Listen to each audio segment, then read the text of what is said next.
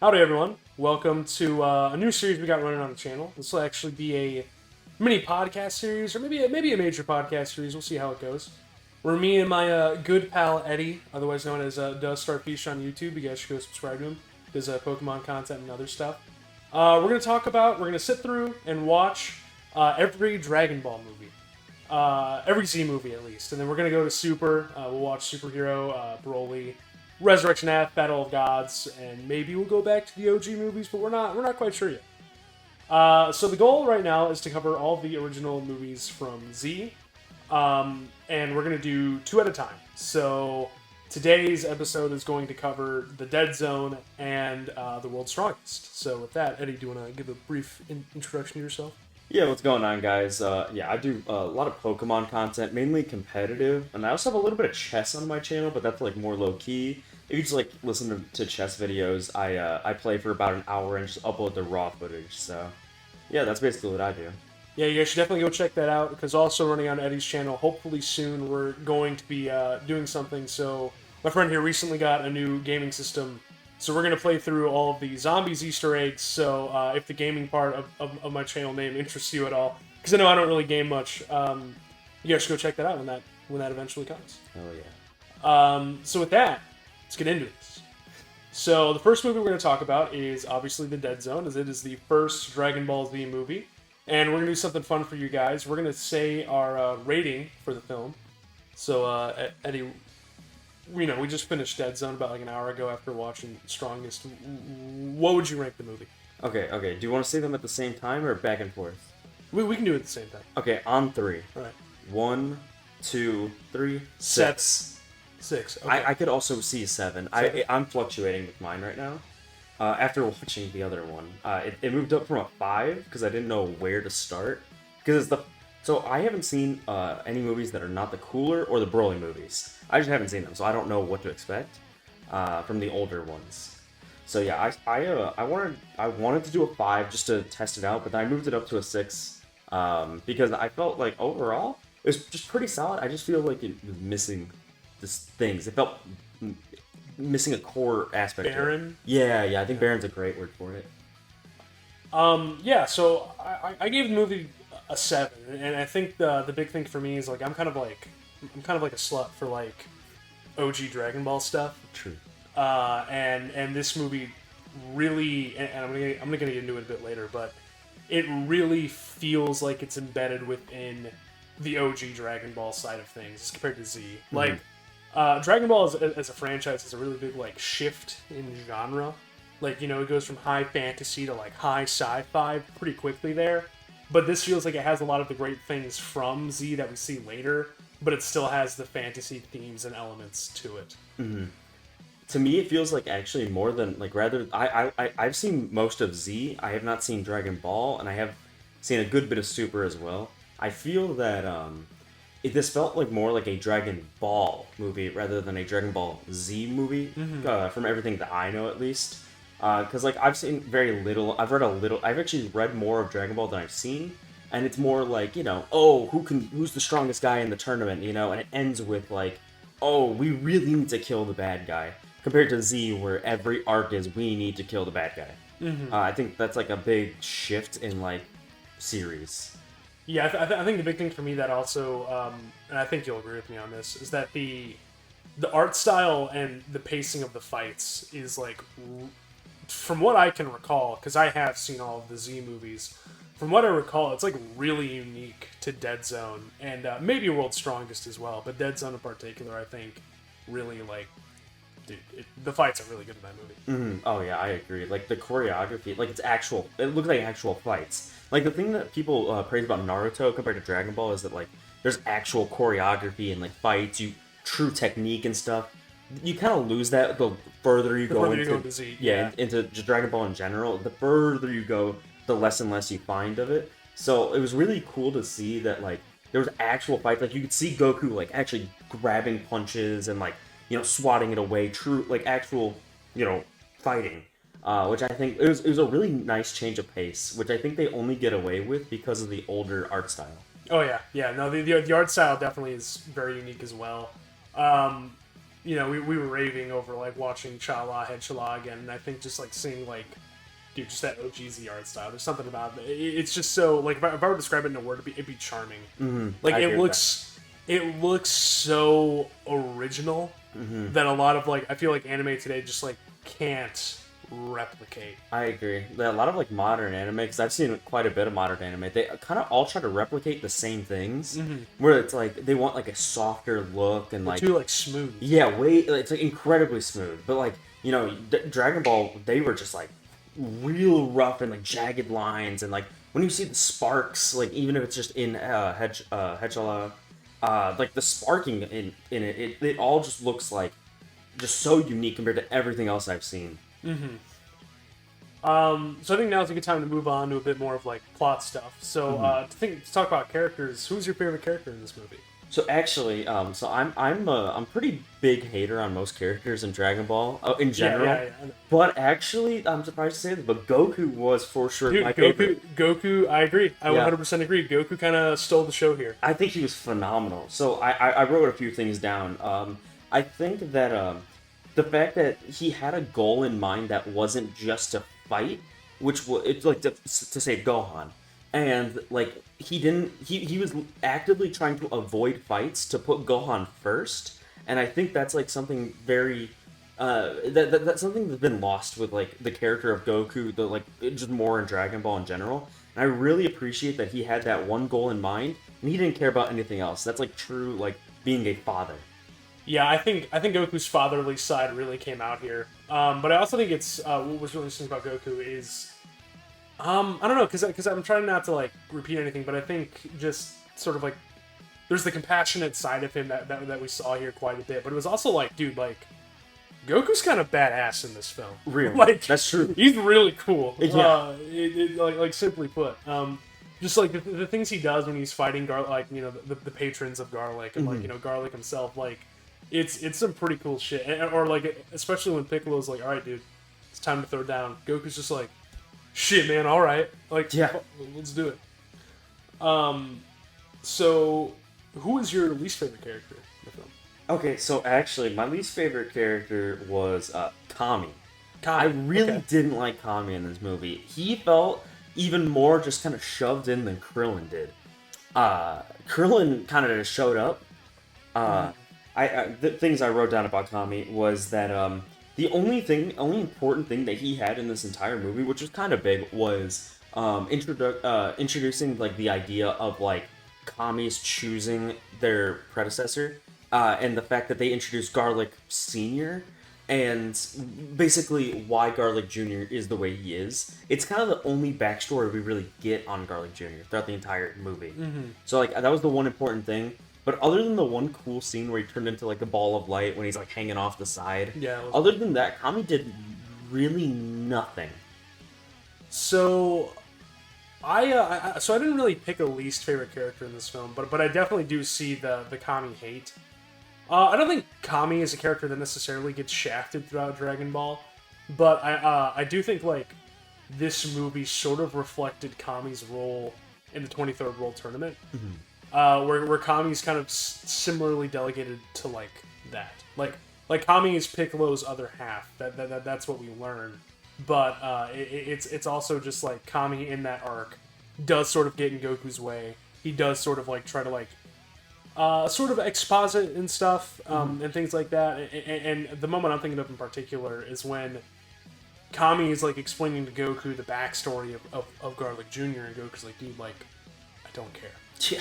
And it's really similar to when, like, in the World Tournament, the 23rd World Tournament, for those of you who have seen it, it's like, Kami's like, alright, Goku, you gotta kill Piccolo, and then Goku's like, dude, like, why would I do that? You know, you're not my boss. So I do think it's interesting to see, like, his role sort of reprised there, but I definitely do understand where it's like, yeah, that can get annoying, or, like, just sort of be uncompelling to watch, for sure. Yeah, I feel like Goku is the only protagonist in this movie that was in the driver's seat. He was progressing the story. Kami, like I said, he kind of just dropped the one line and then got his shit kicked in. Yeah, no, yeah, I definitely think it's a cool thing about Goku is that Goku is like, shit kind of goes wrong, and Goku's like, all right, time to fix it, you know, and that is pretty cool. And a lot of the other characters kind of just seem to be around, you know. Yeah. But moving on to the other question, so do you think Garlic Jr., like, how do you think he stands as an antagonist in this movie? Okay, so I gave him a rating out of 10 as well. It just Okay. makes it a bit easier for me. Right. So I gave him a 6 out of 10. Okay. Basically, I would give him whatever I would rate the movie. Because I think he worked really well as a villain. I just kind of wish that, like, he had a little bit more depth. He's very bland. Like, he himself is bland, as was the movie. I liked how they introduced his goal and how he worked towards it and the things that he was going to do. It explained his steps and like his motivation-ish kind of motivation. And I also really enjoyed that his downfall was his greed. I think he was greedy in the fact that he wants to become immortal, and he did it. But he was also greedy in the fact where he said that he was going to keep Gohan as one of his subordinates, but Gohan's the reason that he fails in the end. So I think it's really cool to see how overzealous he could become, or how overzealous he became, and like how that all wraps up his character in the short period we see.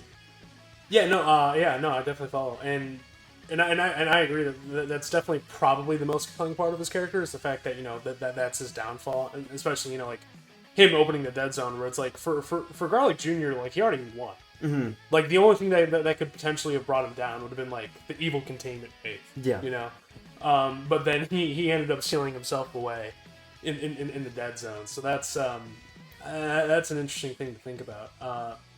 I really liked Garlic Jr. I didn't give him a rating, but I would probably give him something similar. Mm-hmm.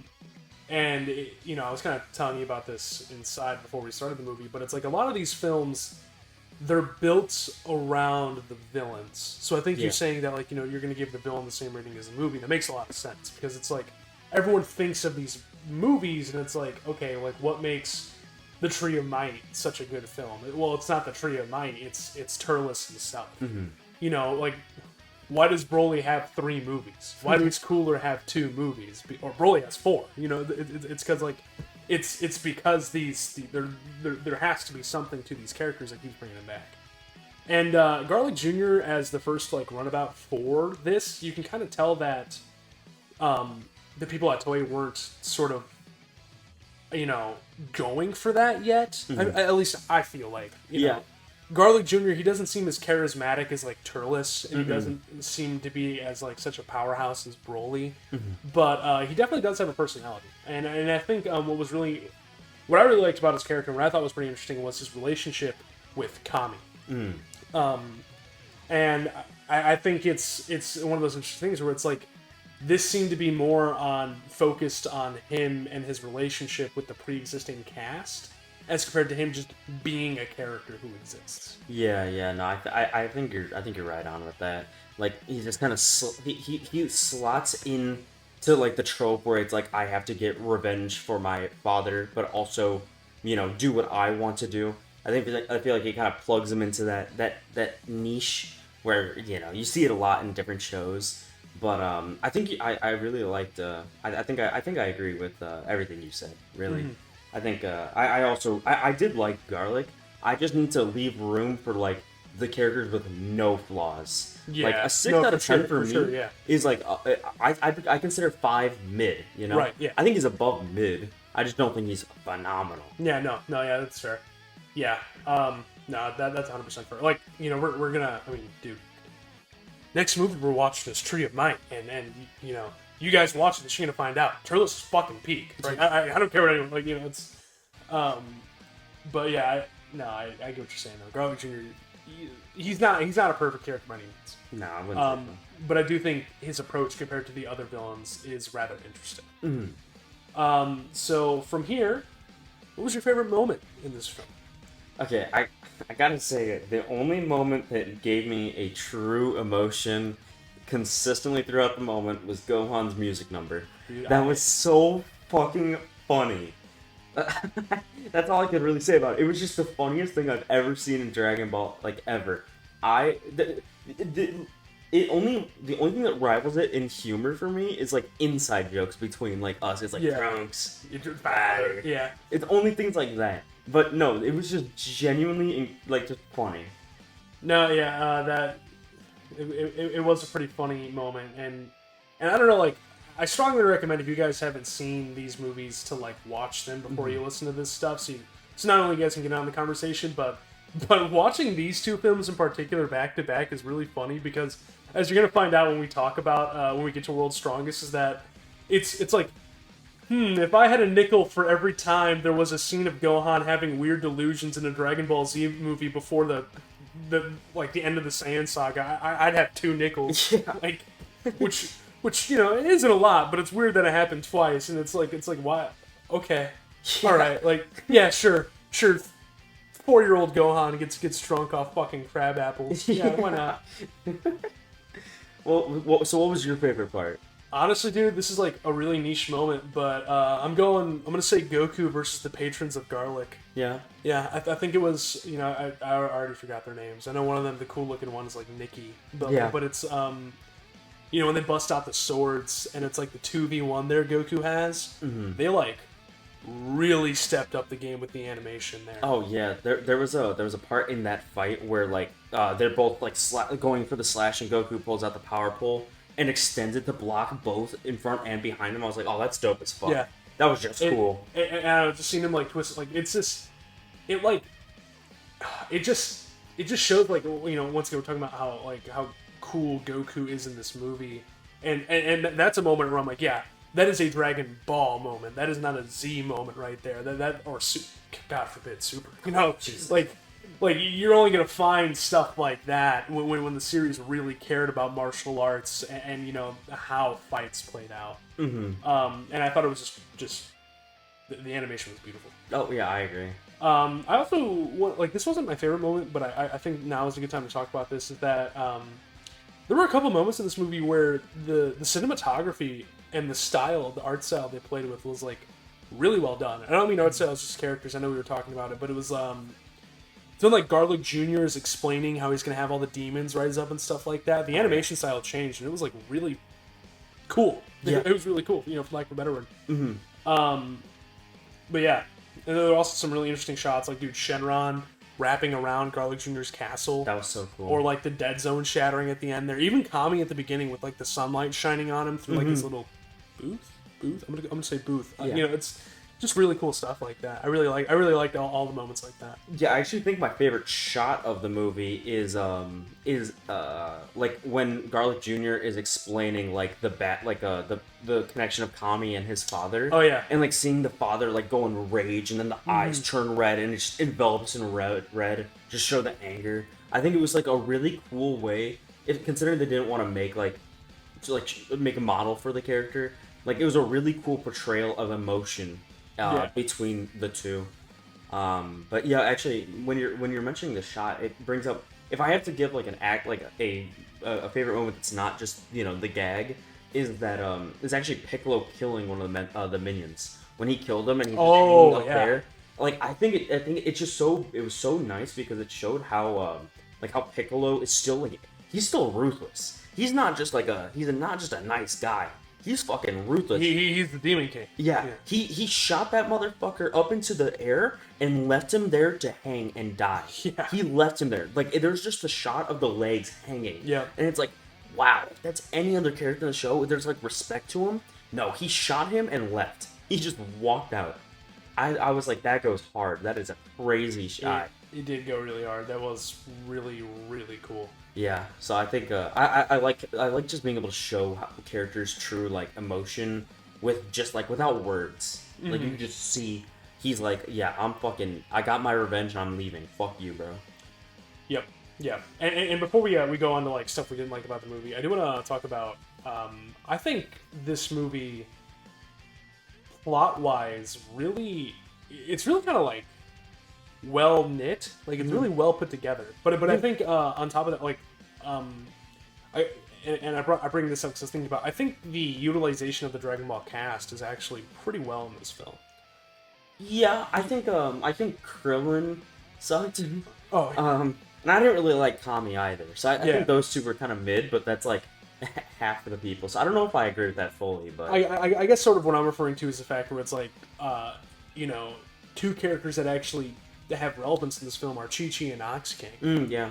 You know, it's like them having their opening there, and and I think this becomes a trend, judging by the World's Strongest, and I know in Slug as well, and the return of Cooler.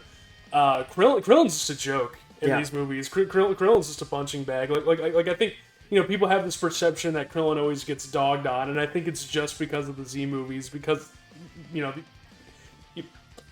he gets pissed on in this movie. Like Gohan literally pees on him. It's I forgot he actually peed on him. Yeah. It's fucking goofy. So I guess with that, what was your least favorite moment? Yeah, we were so when we were inside, we kind of mentioned this. There was no like particular moment that we just disliked. Yeah. For me, it was just that like I said, it just felt like there was missing. It was just kind of empty. If I had to choose a least favorite moment, it's Kami versus Garlic when they're fighting, because it's kind of just like Garlic kicking the shit out of Kami, and then but it's very short. So it's like a bite-sized Kami losing a fight, and Garlic kind of explaining stuff, but all of the exposition is already done.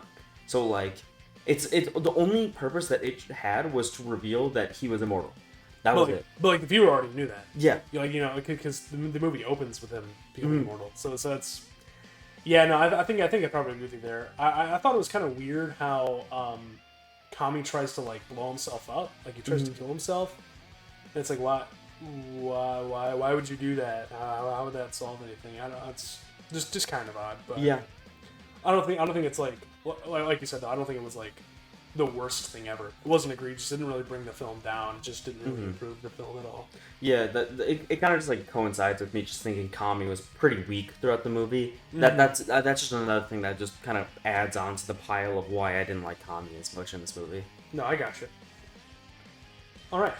So now we're gonna talk about some stuff. So watching this movie, we keep talking about how it's barren and that there should have been more added or more to it. What are some of those things that you think should have been? So what I wrote down was I just wanted more background into Garlic. I would just like to know more about why exactly he's going down this road of really wanting to kind of get revenge for his father ish when Kami shows up, and why he wants to be immortal just to raise hell. I just would have liked a little bit more. They gave us a little tiny bit, but it's kind of like how you feel about what's there from Spider-Verse, Miguel. Oh, Miguel O'Hara. Yeah, that's how I feel about Garlic in this movie. I would have also just liked to just understand the link between Kami and the movie as well. He kind of just feels a disturbance and shows up. He feels the disturbance in the Force. Literally, and then also Krillin just shows up. Yeah, not just people showing up. Yeah, no, I agree with you there. So it's funny what I have written down here is that I definitely think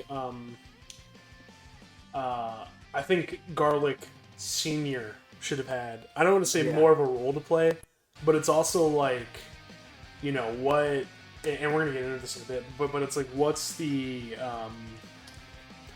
what's the connection here between him wanting to be the god of Earth and Garlic Jr. sort of taking up his mantle? What's his relationship with his father and stuff like that, and then how that plays into his character. Yeah, no, I think if that was in there, that the movie would have shot up probably to an 8 for me. It would have shot up. Yeah, but I definitely think that what we got though wasn't the worst thing ever, and I think it's better than some other villains as we're going to come to find. But something else I also wrote was, maybe this is the soy jack part of me, but it's maybe an extended, I wish the fight between Piccolo and Goku versus Garlic Jr. was a bit longer. Yeah. It felt really short. It felt like the two of them take off their weighted clothing, 30 seconds pass, then the dead zone opens, and then the movie's over. Yeah. No, I agree with you there. Could have used a little bit more of those the fight between the goons and Goku was longer. Well, yeah, it was longer. Yeah. Yeah. So I would prefer to see the big bad take longer. Yep. So. So on the other end of that, do you think there was anything in this movie that they shouldn't have done or they should have taken out? I know it's talked about Kami a lot. So I'm gonna continue talking Yeah, about Kami. yeah. If you want to keep just dogging on my boy. I'm just gonna keep dogging on him. Yeah. So actually, the something to remove straight up is I actually think they should have got rid of the opening scene where Piccolo's getting his Piccolo just loses to the 3. Right. Yeah. Where Piccolo fucking dies. Yeah. Yeah. I think they should have just removed that completely and gave Piccolo a different reason to show up. Burger King should have been closed. We're not sponsored. Yeah, no. Don't sponsor us either. I don't like Burger King. But so I think if they would have removed that scene and then actually gave Kami a different reason to show up, so all 3 of the protagonists have a different reason to show up, rather than Goku shows up for Gohan, Kami shows up because, I don't know, he had a tingly feeling, and Piccolo showed up, I guess, for revenge on the initial 3. I would have loved to see if all 3 of them had a different reason to show up and just had the same goal in mind. Just have, oh yeah, I think it would have been cool to, like, you know, they're like, oh hey, let's all go to this at the same separate occasions. Like, oh hey, what are you doing here? You know, stuff like that. Yeah, I think that would have been a great initial you would have understood why they're fighting together. Like Goku and Piccolo, they kind of just start fighting together. Right. You know? There's no lead up into it. Piccolo goes off and fights his own guy, and Goku fights the 2 henchmen.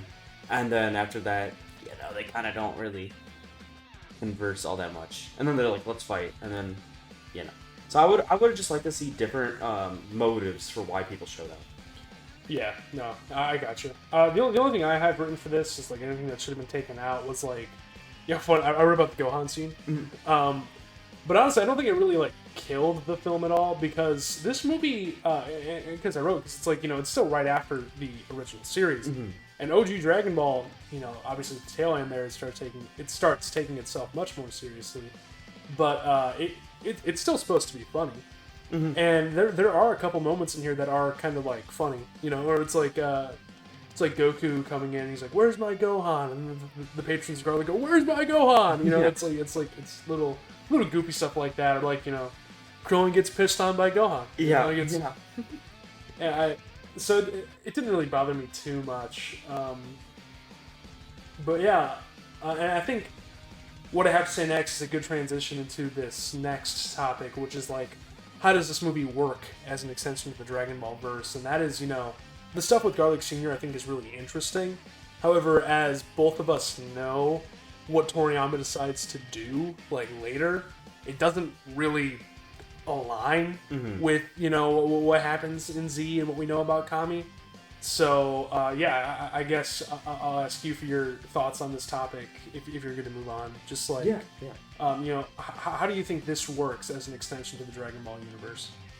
Yeah, so what my initial thought was that they didn't really the characters themselves didn't really add anything. The new characters showed up and either they died or they're in the dead zone.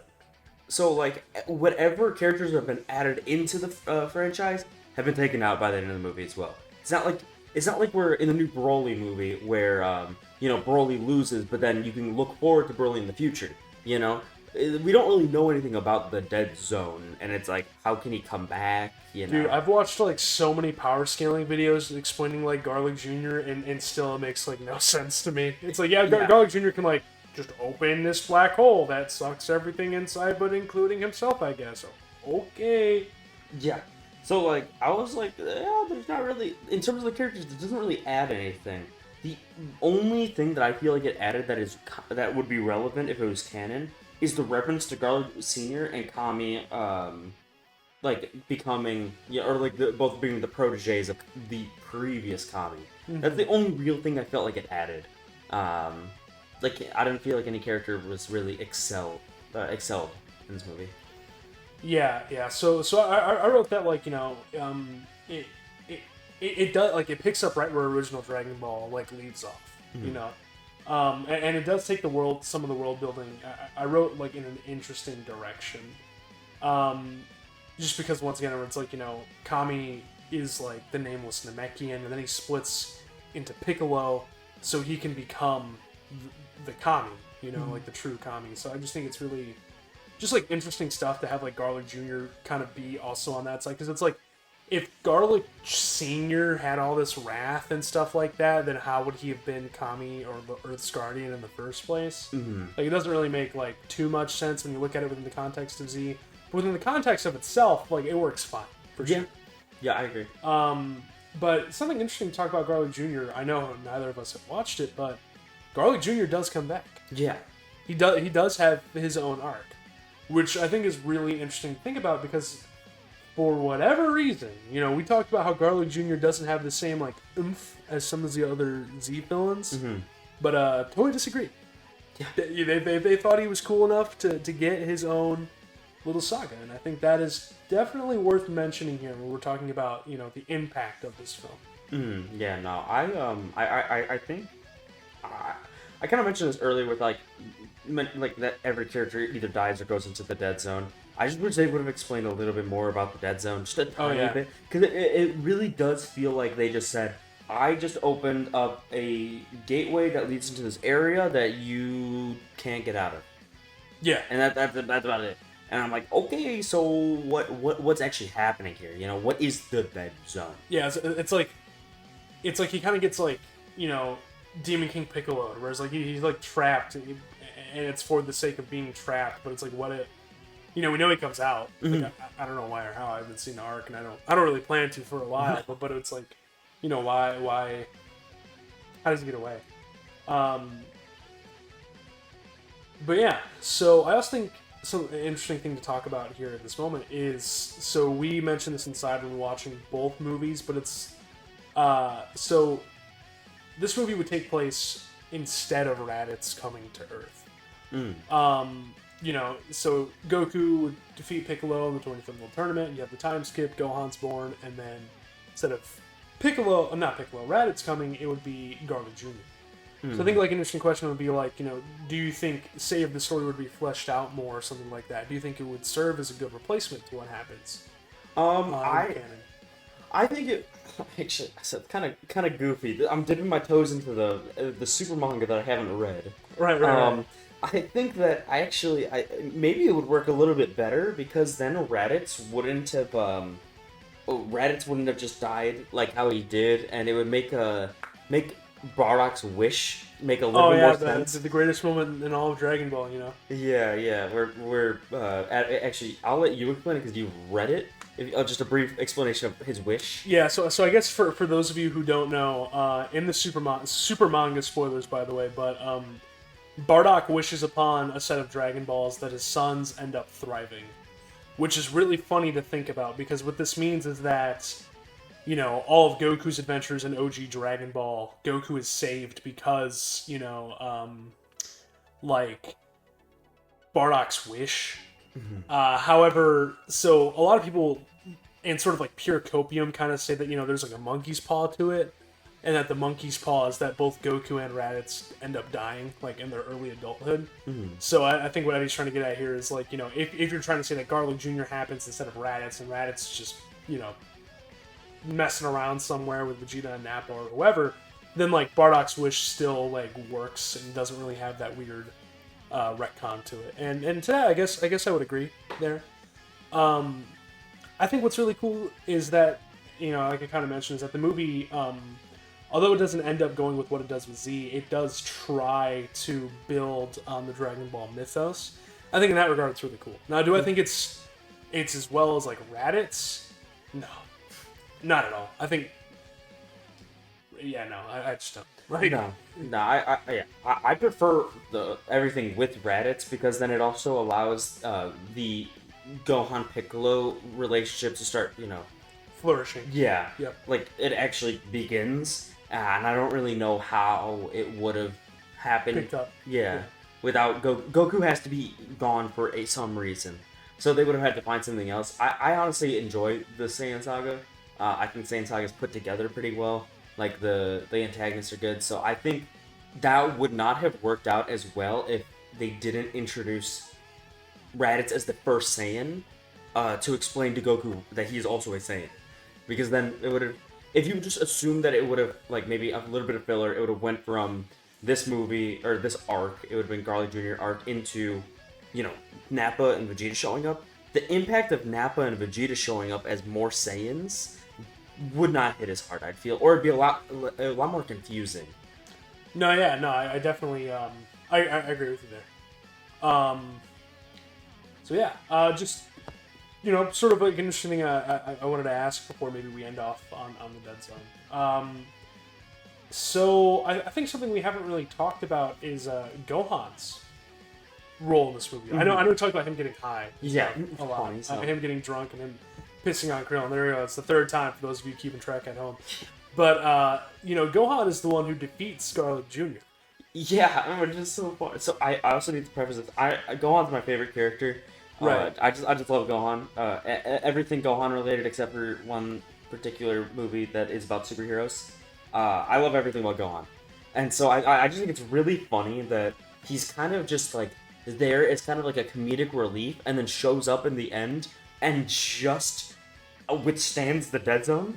like it's like Piccolo, Goku, and Krillin, and Kami. Like all of them, like, oh my god, it's the Dead Zone. And then Gohan's like, dude, fuck this guy. I'm gonna scream really loud. Yeah, I just think it's really it kind of sets up, like, if this was canon, it would set up like the whole idea of Gohan's like, rage. anger. Yeah, his anger is kind of just like really sets up everything. They kind of mentioned it early on in the movie, where it's like, oh, he's like a special power to him. It's like his Saiyan blood within him, and his anger being boosted by being a human and a Saiyan. Mm-hmm. Yeah, it's just a lot. I think it's really cool at setting it up. Yeah, no, yeah. I was gonna mention that as well. I think the foreshadowing there is really cool. Yeah. So how do you feel about Gohan as a non-Gohan stan? I mean, like, I think Gohan, as you're gonna find out my stance here, I think Gohan works way better in this movie than he does in the next movie we're gonna talk about. Mm-hmm. And I think the little bit of foreshadowing there they have with Garlic Jr. is like really interesting, and that's going back to what I said. Where I think the movie's really well written. Mm-hmm. It's because it's like it's Chekhov's gun. Like they're literally setting up the fact that like Gohan is going to be the one to defeat Garlic Jr. in the end, and maybe like I think that could be the reason why they decided to bring Garlic Jr. back is because who's the main Z fighter in that time frame? After Namek, Vegeta and Goku are both gone, so it's Gohan and Piccolo again. Yeah. So yeah. So with that, I'm gonna ask: is there anything else you want to talk about with the Dead Zone? Yeah, I'm gonna rapid fire 3 things that I liked. They're not gonna be very long. So first one is I just enjoyed that there's not a lot of ki blasts. Like newer Dragon Ball, there's everything's a ki blast, and always a Kamehameha, and I'm gonna teleport behind you and blow you up. I really enjoyed the change of pace, kind of like how we were mentioning earlier, the martial arts. I love that. I liked that this movie didn't have a lot of quote-unquote dead space. I feel like they used their time well. There's not a lot of just filler space. I feel like that maybe the intro is a little bit bloated, but like other than that, I don't even think it's that bloated. I think it just works well. Yeah, I think the pacing of the film was really well done. I think like you could have maybe used the film could have maybe used like a bit more time for exposition. Mm-hmm. But I think for the most part, the movie really gets you into the plot really fast. Yeah. And my final thing is I just like the soundtrack. I think the soundtrack is really nice. Yeah, so I guess I really should have clarified this at the beginning. So we're watching the original Japanese dub of these films. Unfortunately, the DVDs we have, the aspect ratio is a bit off, but obviously we're not going to hold that against the movie itself. That's just the shitty packaging I bought. Yeah, we have the original Japanese soundtrack and the original Japanese, voice lines, and I definitely agree. I love like the classic Dragon Ball Z like orchestral music, and I think it really builds up those moments really nice. Like the time Piccolo went to Burger King. Yeah. So now would be the time that we would rank this movie compared to the other ones, but as you guys watching should know, there's nothing to compare it to. This movie's for sure the best movie so far. It's also it is the most Dragon Ball movie. True.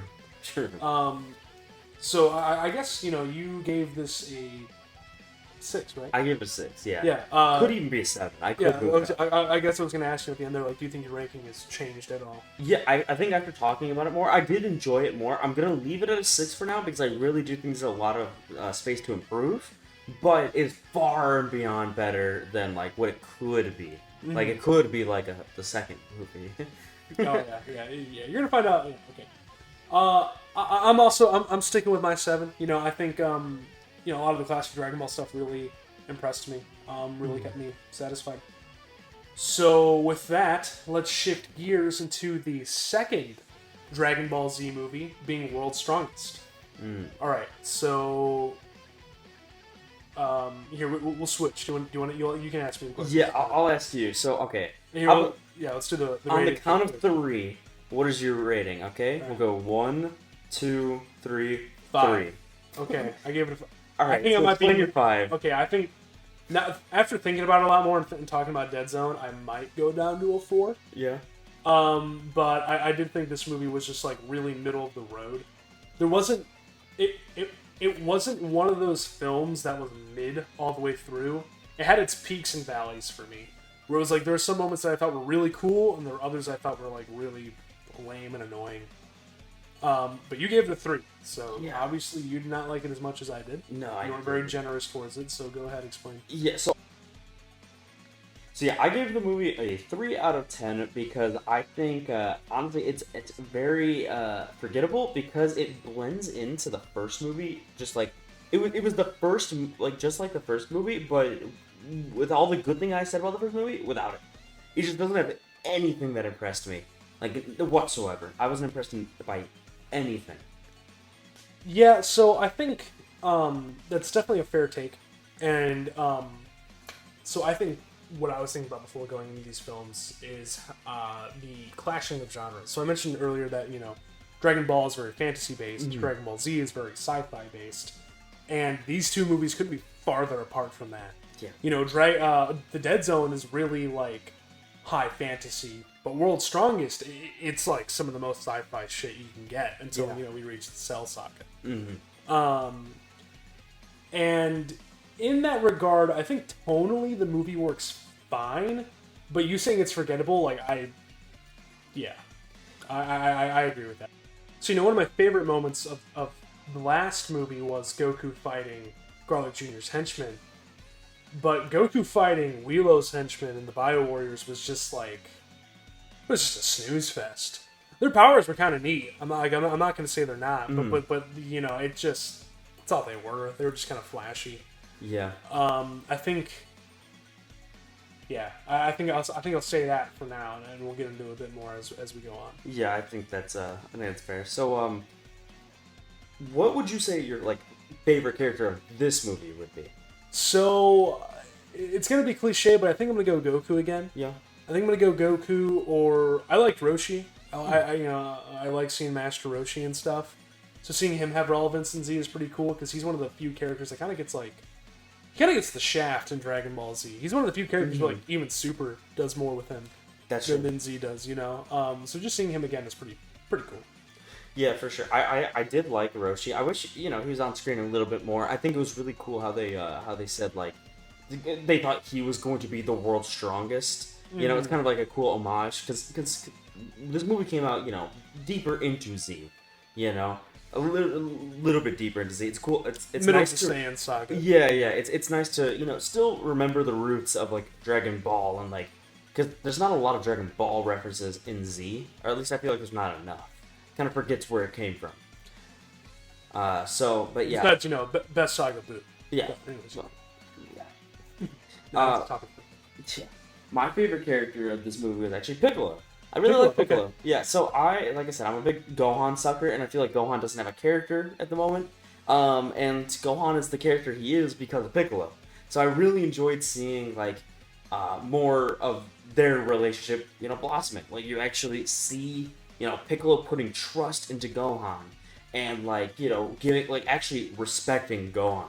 Towards the end of the movie, where he says like, we are going to do this, not I'm gonna go do this, which you kind of expect from a lot of the Z fighters. They're very independent, but Piccolo said we are going to do this, and I was like, I think that's awesome. It really shows depth to his character, and like kind of showing when he'll become a better person. So yeah, I really enjoyed Piccolo. I think if I didn't like Gohan as my favorite character, just in general, Piccolo would easily be my number one. Yeah, I think Piccolo in this film definitely is not. He's not bad for sure. I think, as I'll definitely mention soon, I think a lot of the characters in this movie are kind of wasted. Yeah. And I think Piccolo is one of those characters. Like Goku's the only character who's always doing something. Mm-hmm. And half the time it feels like the other characters kind of just dead weight. And I think there are one or two moments where Piccolo feels like that as well. Which for me, which is why I personally would put like Goku above him. But like obviously, Piccolo's the best character in Dragon Ball, guys. All right, let's get this out of the way here. Yeah. So it's like even if it's Piccolo on a midday, like I can still enjoy his presence. Yeah. So like you kind of mentioned like some characters were wasted or not as good. So who do you think was like who's your least favorite? Oh, Gohan. Gohan's your least favorite? Gohan, and maybe it's because we were watching the sub with Masako Nozawa's voice, but Gohan was really, really annoying. That's this movie, fair. like I just he was like I was like, dude, just shut up. He made this joke. It's like what did you say? It was like, how many times are we gonna hear Goku say, "Gohan, don't," like, Yeah. Gohan, stop, Yeah. And he just keeps doing it. He just keeps getting his ass kicked. It's like I just want him to shut up sometimes. Yeah, it felt like Gohan was supposed to be very heartfelt with Piccolo, saying like, oh, hey, break out of it, Piccolo, break out of it.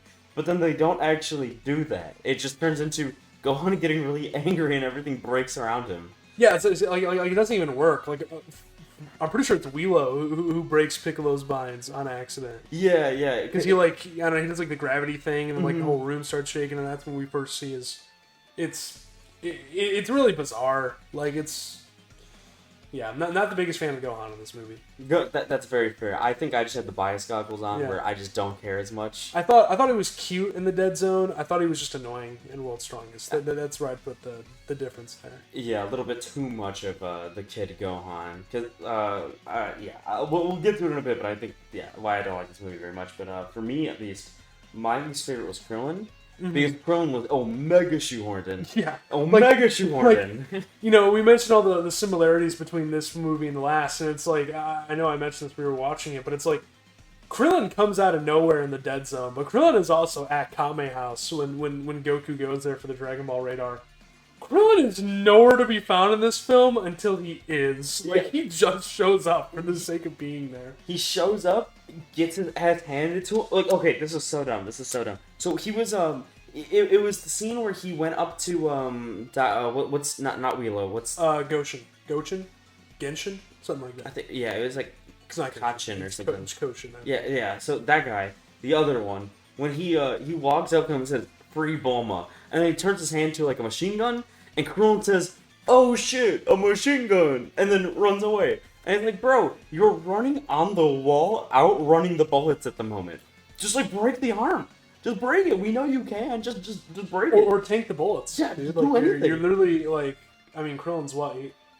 On Earth, okay, obviously he's top down. I'm pretty sure he's top 5. Yeah, like it's probably Goku, Piccolo, Gohan, Krillin, Roshi, Krillin, maybe like. Yeah, and like, I don't know if you want to throw a little bit of power scaling. Fucking Raditz caught rifle bullets. First time you see him. And then if a Cyberman is as strong as a Raditz, and Krillin held his own versus a Cyberman, then he should be able to catch a fucking bullet. Use this as a plug to go watch my Krillin versus Saitama video if you haven't already. But no, yeah, like it's just kind of a silly moment for the sake of being silly. I definitely think Krillin was a pretty less than mid character here. I just don't think like, I don't know, just Gohan. I just don't like Gohan in this movie. Yeah, that's fair. So if you don't like Gohan, but how do you feel about the villain? The villain overall. So, Dr. Wheelo, I think is similar to Garlic Jr. in that I think this was before they started building the movies around the villains themselves. But I didn't mind Dr. Wheelo. I thought Dr. Wheelo was sort of an interesting character that like, I don't want to say that we don't really see too much of Dragon Ball because, like, oh wow, a strong guy wants to take over the universe. But it's like, he wants. I think his goal of Goku's body is at the very least something that's interesting conceptually. Obviously, we see Dragon Ball do it better, with multiple characters. Yeah. I think, hell, probably Wheelo does it the worst of all the characters who fit in that niche category. But there is a surprising amount. You have Ginyu, Zamasu, and Baby, who all do that to other characters. But I don't know. I still think it's not like the worst thing ever. I think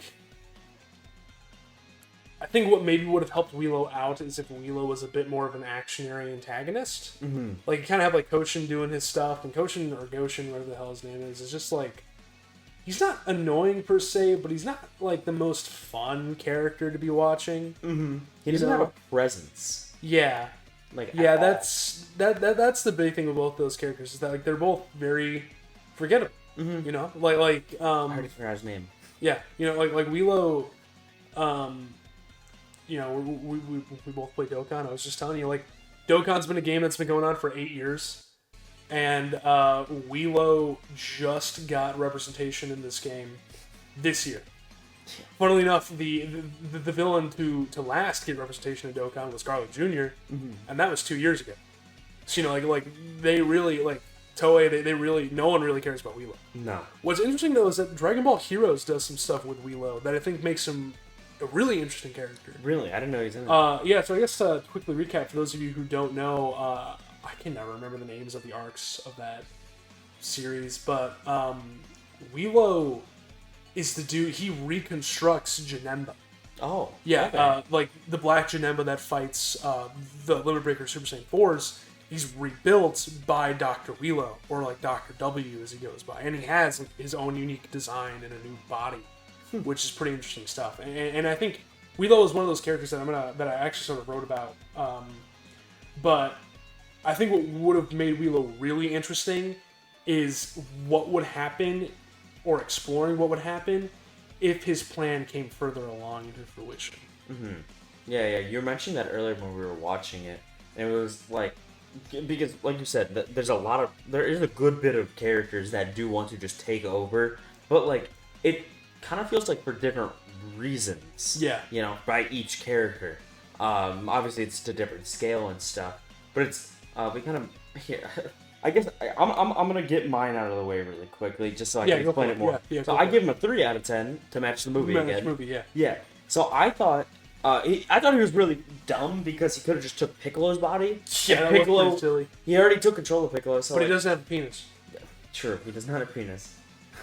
Piccolo is just, like, strong enough, You're not gonna struggle to blow up the fucking planet with Piccolo, He's not that much weaker. Yeah, it's like, sorry to cut you off, but it's like, they're his plan is to take the strongest person's body, but still blow up the planet with, like, other machines and stuff like that. He's kind of, it feels almost half-baked. Like, yeah, he didn't think it through. Like, because, let's sit down for a moment. If he did take over Piccolo's body, right, wouldn't it make it a lot easier to get Goku's body with Piccolo's body?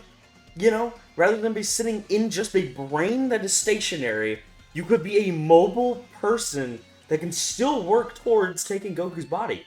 I doubt transferring your brain is a one-time thing for him, Like, he could have just took control of Piccolo and then Goku. Yeah, And you can't even, like, argue that it's like, oh, well, Piccolo's a Namekian. Well, Goku's a fucking Saiyan. They're different. They're all different. So it doesn't even matter. It's like, it makes no fucking sense, and I also hate how big the brain is. He's supposed to be a human brain. But he's massive. Yeah, it's...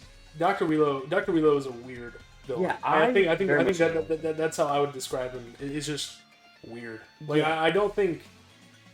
Well, no, I probably do think, off the top of my head, he probably is the worst of the Z movie villains, but he's just, he's not, like, atrociously bad. He's just a weird villain.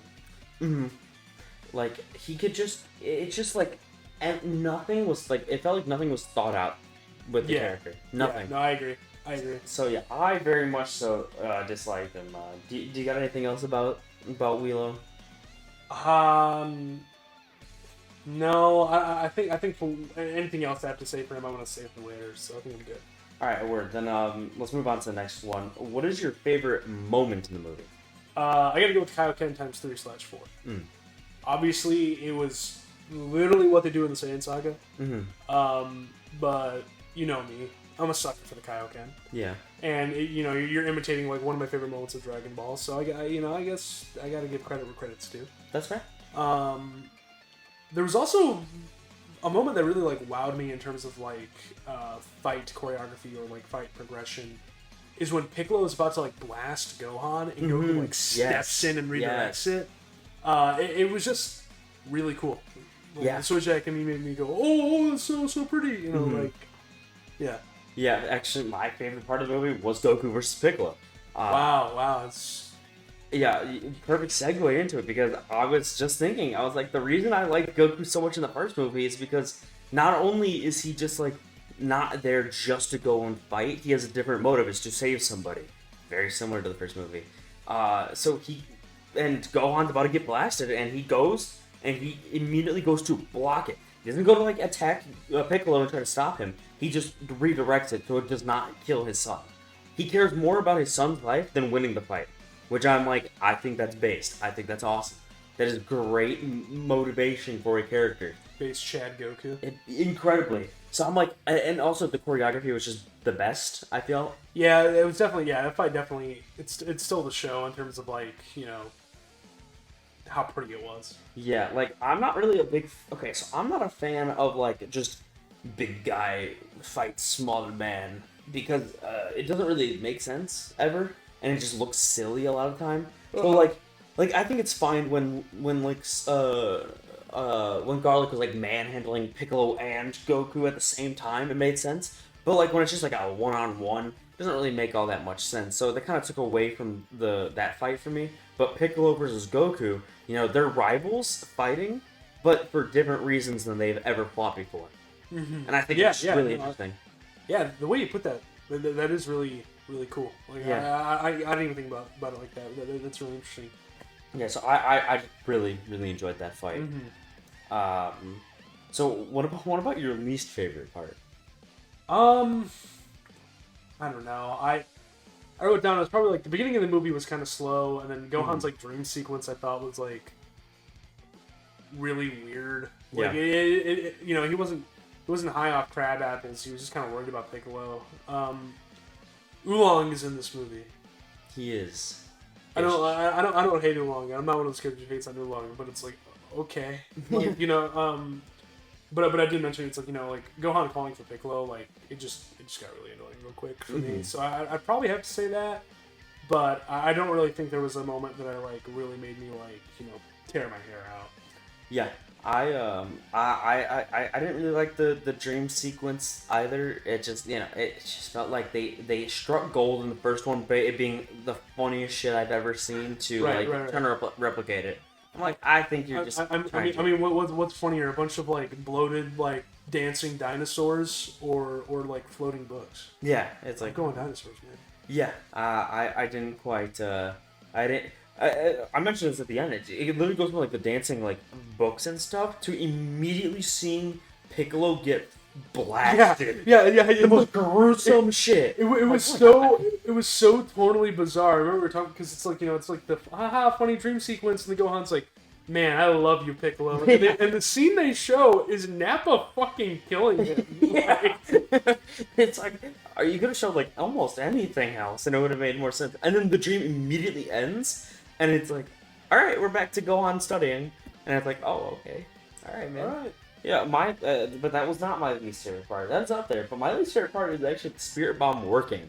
Oh, really? Yeah, this is gonna be more of a juiced take for me. But I think the fact that the Spirit Bomb worked is so silly to me. The whole point of the Spirit Bomb in like the rest of the series is that everybody needs to be able to focus and collect energy the entire time. He's really got to focus, right? And the dude gets knocked down and he loses all that energy. And then, like, boom, he immediately has it back again. It's like, he didn't even, like, recharge it. It was just gone. He got sky blasted. He got carpet bombed. But, like, then he kind of just, like, pops back up and he's like, I got the full Spirit Bomb. I'm like, no, you just lost it, bro. That's the whole point. Like, on Namek, you have Piccolo basically go sacrifice himself so you can charge this Spirit Bomb. Just every other time the Spirit Bomb needs to be, like, he needs to focus and charge it. And this time he's allowed to get like completely demolished by a key blast and then have it still. Yeah, it is a bit I weird. really hated that. Yeah, I think that's sort of a valid nitpick. How Goku should have lost complete focus there, and he just kind of didn't. Yeah, it's like that to me kind of defeats the whole purpose of the Spirit Bomb. It's a last resort. If I can get this off, I win. But it's really hard to get off.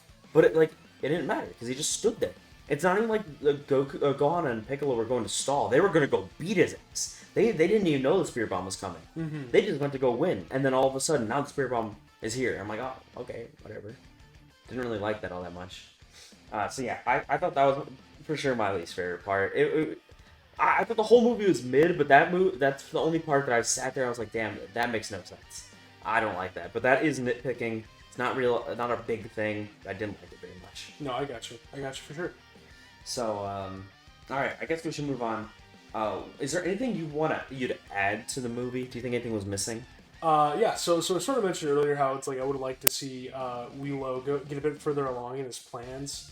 What I wrote down specifically is I would have liked for him to take Goku's body for a little bit. Okay. Kind of like pull what they did with Ginyu. Because, like I mentioned, it's like, and I think you talked about this briefly, but it's like the different motivations that all the body snatchers have. Mm-hmm. And I know you're cracking jokes about this, but I just think like seeing Goku in a lab coat and glasses would be like a really funny yet interesting sight. Yeah. It's like just the whole point is that he wants to be a smart man in a really strong body, and we never see why that's a threat. Yeah. Yeah, because like in the first movie, with Garlic Jr., he achieves his goal. He achieves it. He reaches immortality. Yeah. Yeah, and the characters have to kind of I guess they're supposed to be like figure a way to outwit him, even though he outwitted himself. So there wasn't ever like a chance where they were like an aha moment. This is how I can beat you. Yeah, I also think a solution like that would solve the issue of the ensemble cast not really being too active. Mm-hmm. Because it's like if Goku's a bad guy, even if Goku's in like Willow's giant robot body, like the other characters would have had to have done something to help people out. Like Bulma in this movie is just a damsel. That's true. Like that's all she is. Like she's nothing. She doesn't do anything. In fact, like she progresses the plot by saying that Goku's the strongest man, but like that's it. Yeah. Like it's I just think like having these characters do something, and it's like Bulma's the other scientist character, so it's like why you have Bulma there to be exposition and then be like the damsel in distress. It's just weird. Mm-hmm. Yeah, they really did Bulma dirty. I feel. For me at least, I think things that they could have added was just a reason for Piccolo and Krillin to really be there, other than seeing Piccolo get bitched at the start, Krillin stalking Goku. There's not really a reason for those two to be there. Yeah. So I felt actually you just gave me an idea too. I think what they should have done was they should have let Goku's body get taken over, but have Bulma kind of like talk to the assistant guy, the other doctor, and be like, do you not see how he's just using you? And maybe he is the key to refix the bodies. It would have given good depth to that character, development for that character, and a reason for that character to be there other than just to talk. He would have had something, and then Bulma would have had a role, and then the ball would have been rolling. Everybody would have had a role in the movie, and it would have worked better. It would have been cohesive, and there's a reason for everything. Yeah, no, I definitely think I agree. Like, I think like one of the bigger downfalls of this movie is that a lot of characters are there just to be there. Yeah. And the original characters aren't very interesting. No. So I think just anything they can do to tweak the story and sort of flesh them out well. Like I said, I think the Dead Zone was pretty well written in what they were going for. This movie was not. Yeah. It was not, and it kind of sucks. Like it's sad that that's the case, but that's just kind of how it is. Mm-hmm. But yeah. Yeah, I felt the way I felt about basically every character in this movie is how I felt about Kami in the other movie. Yeah. That like everybody is a Kami of this movie, and so like I really feel like they could have done a little bit more, just get something going with the characters. But like you said, Bulma doesn't do anything. She's just there. She's just there, and it's like, come on, man. It's not even like her life is ever put in threat either. it's one time, and that's when Roshi drops down, and then he continues to do nothing for the movie as well. You know? Yeah. It's like, cool. We introduced Roshi to save the other character that's not doing anything. Yeah, it's just kind of all of it is just kind of bizarre. Would you say there's anything that you'd like remove from the movie? Like just anything that just did not work? So I mentioned I would like to have like Gohan be dialed back a bit in his whininess, but honestly, this might be a hot take, but I really don't think the Bio Warriors needed to be in that movie. That's fair. I think, they're there and they give some neat visuals, but it's, like going back to like Dr. Wheeler's motivations is like, why is he trying to kill Goku? Because of his logic is that, all right, if Goku is stronger than my Bio Warriors, I'll take his body, But if Goku's the strongest dude, and if he were weaker than the Bio Warriors and Goku were to die, then what was the point of anything? Mm-hmm. Yeah, no, that doesn't make any sense. Yeah, like it's just I don't like, and they quickly defeat like Gohan and Krillin, going back to other characters having no reason to be in the film. And Goku just quickly sweeps them, but it genuinely feels like they're there because they're, as we're gonna find as we go on, they're sort of just like the staple, they're just kind of the check mark that certifies it as a Dragon Ball Z movie. Yeah. For me at least, I think all of that is very, very true. I think you're right. They didn't really have to be in the movie at all. What I wrote down, actually, I can't think of anything specifically, but what I would like to see removed is basically the parallels to the first movie. I think they just needed to diversify it more. Like, if you watch them side by side, they literally run the exact same movie. It starts with Piccolo getting shit on, then there's a sequence with Gohan doing something, introduces some henchmen, then you go into some preliminary fights, then Goku fights and cleans up the bad guys. And then Goku fights the big bad. Goku loses to the big bad, and then one big thing happens to defeat the big bad. Well, I think what's really funny about the Dead Zone and World's Strongest in particular is that these two movies also have Goku and Piccolo fight. Yeah. Where it's like, it's one of those things. Like, it's just kind of funny. Like, yeah. It's just too many parallels between the two that I felt that they just tried to replicate the first movie, but with a weaker villain and weaker characters. Don't worry, dude. Trio-Might's gonna save us. Yeah, the next movie's gonna slap straight up, man. Alright, yeah. Yeah, so if you don't have anything else that you'd like to remove, I guess probably our final question is, how well do you think this adds to like the Dragon Ball verse? So in terms of the Dragon Ball mythos, I think honestly this has got to be one of the lower tier things to come from this era of the series. I think the Dead Zone was a significantly better film. And I think that the way this movie, like, I sort of want to make this claim and sort of say that I think, like, it could be argued that this movie handles the rest of the Dragon Ball cast, like, as poorly as, like, some tidbits in Super. Like a lot of the characters are just sort of really, like, worthless here. Yeah. There's not much, like, world building to be had here. However, if there's one thing that I do think this movie does, that does deserve to be recognized, is that it dips its toes. Like, this movie, I don't want to say walked because it can barely stand. Yeah. But this movie exists, and so like the Cell Saga can run. Like, this movie introduces a lot of like concepts that are going to be maybe. Now, obviously, we don't know if Akira Toriyama was inspired by World's Strongest, but if we do look at some other things, let's say Totaro and how he views like shit from different areas of Dragon Ball, like say like Granola and Baby, or things of that nature. And it's like, so if we were to say that World's Strongest was inspiration for Toriyama to do anything, then we can see how this could have been the blueprint for the Cell Saga. Yeah, I didn't even think about that. I think, I think you're right. Like, it does, like you said, you said this earlier, and I really like what you said. That it's more sci-fi and moving towards a sci-fi. I'm like that. Yeah, you're right, because it's just moving towards. I think the Cell Saga did androids really well, I think Cell Saga is also my favorite saga, just in general.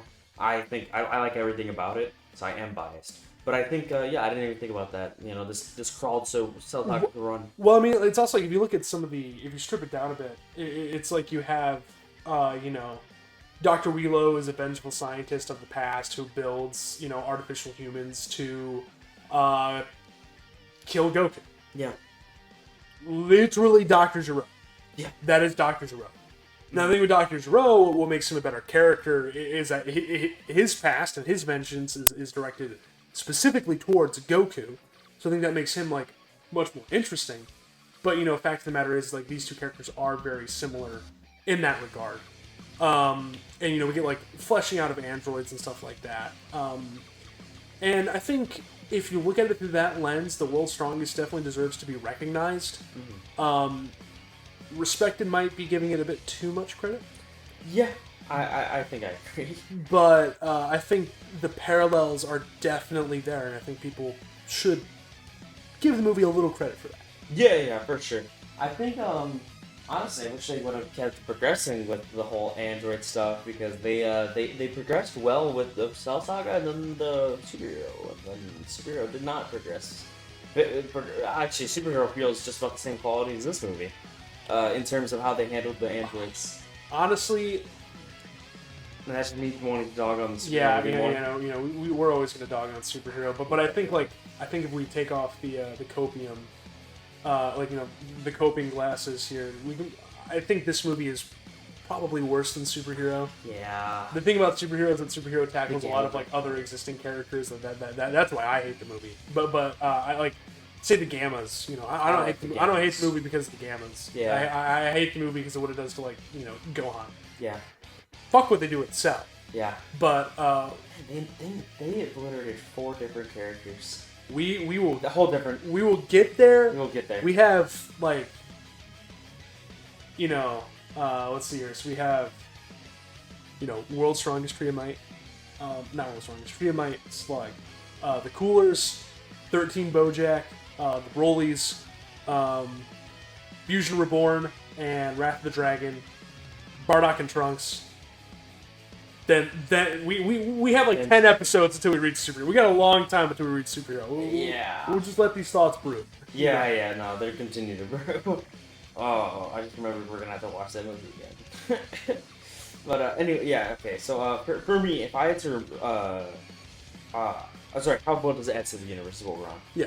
Kind of lost track there. No, you're good. You're good. Yeah, we're on a tangent. Yeah. So, I didn't think this adds anything. The only thing that I enjoyed was the fact that we got to see Piccolo respect Gohan. That is it. That is what I think is the most depth added to the movie. I don't think Wheelo does anything. I don't think. Yeah, I think it's genuinely just seeing Piccolo open up to Gohan, just a little bit. Yeah. More. That is the only building that I see in this movie at all. I mean, yeah, no, I think you're definitely right there. I think that's probably the thing that shows the most depth of the film. Mm-hmm. I do want to add, though, that this would be, I believe, the second appearance of the Spirit Bomb against an antagonist. I mean, like, you know, the events of the Saiyan Saga I mentioned, so I'm not sure exactly what the release dates line up. Mm-hmm. But I assume this came out after Vegeta's defeat. So it would be, so, you know, this would be the second appearance of the Spirit Bomb against a villain. And I think, like, and because I was thinking, because I think, like, what the Spirit Bomb is in this movie is, like, really weird. I think, like, you know, it, like, hyping up the people and stuff like that is just sort of, like, odd. You know, like the Genki versus, like, the techno stuff. I just think it's really weird. And so, yeah, I know it's, like, sort of tangential, but it's, like, yeah, I guess in that regard, I wish it wasn't the Spirit Bomb and stuff like that. But I think it's interesting to think about how this was the Spirit Bomb's second outing. Yeah, I think. Oh, actually, you know what? I know this is totally me backtracking as well. Sorry. No, you're good. But you know what? Actually, no. I'm just gonna move on. Do you have any more, like, closing thoughts about the movie? Honestly, I don't think so. Like, I know I asked that question on the fly, sort of like, you know, about its placement compared to that what's in the canon. Mm-hmm. I don't really think we have to talk about that. I think it's clear. I think we made it abundantly clear that we are not the biggest fans of this film. Yeah. What I wanted to add on right at the end there is that I think an honorable mention for my favorite moment is something we didn't even talk about. The Kamehameha with Roshi. It was Roshi Roshi and Goku, right? yeah. Yeah, I think that was really cool to see. It kind of felt it felt like that is the payoff of having Roshi in the movie, and that's the only payoff. And so it was kind of shoot in, but it was still cool to see. Yeah, my big thing is like, I would mention that moment because it's like really cool. Mm-hmm. That's the Turtle School Kamehameha, but it's like less than 10 seconds. Yeah, it disappears as soon as it appears, and that's why I didn't really mention it, and that's why it's not really like it's cool conceptually. It's phenomenal conceptually, and it could have been executed very well, very easily, but this movie flopped. It couldn't pull it off. Yeah, so my reasoning of bringing it up is kind of just talking about like how close the movie could be to be doing good things, but it's just that like it spent its time in the wrong part. A lot of it was just exposition of Willow talking and not really being relevant what he's talking about. Mm-hmm. It's just a lot of yapping. He's just yapping. Yep. So I guess let's close out the second movie. So where would you rank this in terms of the movies you've seen so far? Ooh, that's a tough one. Yeah. Yeah. Who are we kidding? No. It's this movie's worse than Dead Zone. Yeah, for sure. And I hope we're not sounding too pessimistic here, but we had to take a quick pause, and I think I wouldn't be too surprised if this ends up in the bottom 3. Yeah, of all the movies we're gonna watch. I'm trying to think of any movie that is worse than it. Granted, I haven't seen half of them, but it's like, wow, it's got to include literally nothing to be worse than this movie. I mean, honestly, though, I would prefer to have the bar set really low at the beginning. Me too. Than have Wrath of the Dragon be a big flop, the last Z movie, which spoilers. That's not gonna happen. No. But yeah. So with that, anything else we're going to close? No, I think I was pleasantly surprised on how good the Dead Zone was. Again, I gave it a 6. That may seem low, but that is just me giving myself room for later movies. Realistically, like if we were just rating them off of all the movies I have seen, this is closer to like an 8.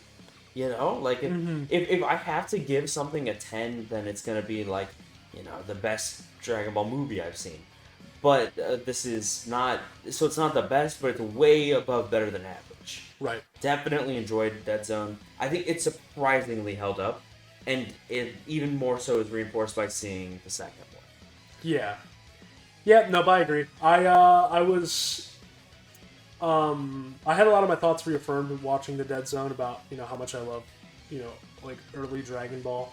And unfortunately, I was really disappointed watching World's Strongest. Yeah. I thought it was going to hold up a lot better than it did, which kind of sucks. But like I said, I'd much rather the bar be set low now than later. Yeah, for sure. So with that, I think we're good to close. So I'd like to thank you all for watching. Thanks for tuning in. Thanks for listening. Please go check out Eddie, Does Starfish. His channel will be linked below. So have a good day, everyone. Thank you all, and see you later. Take it easy.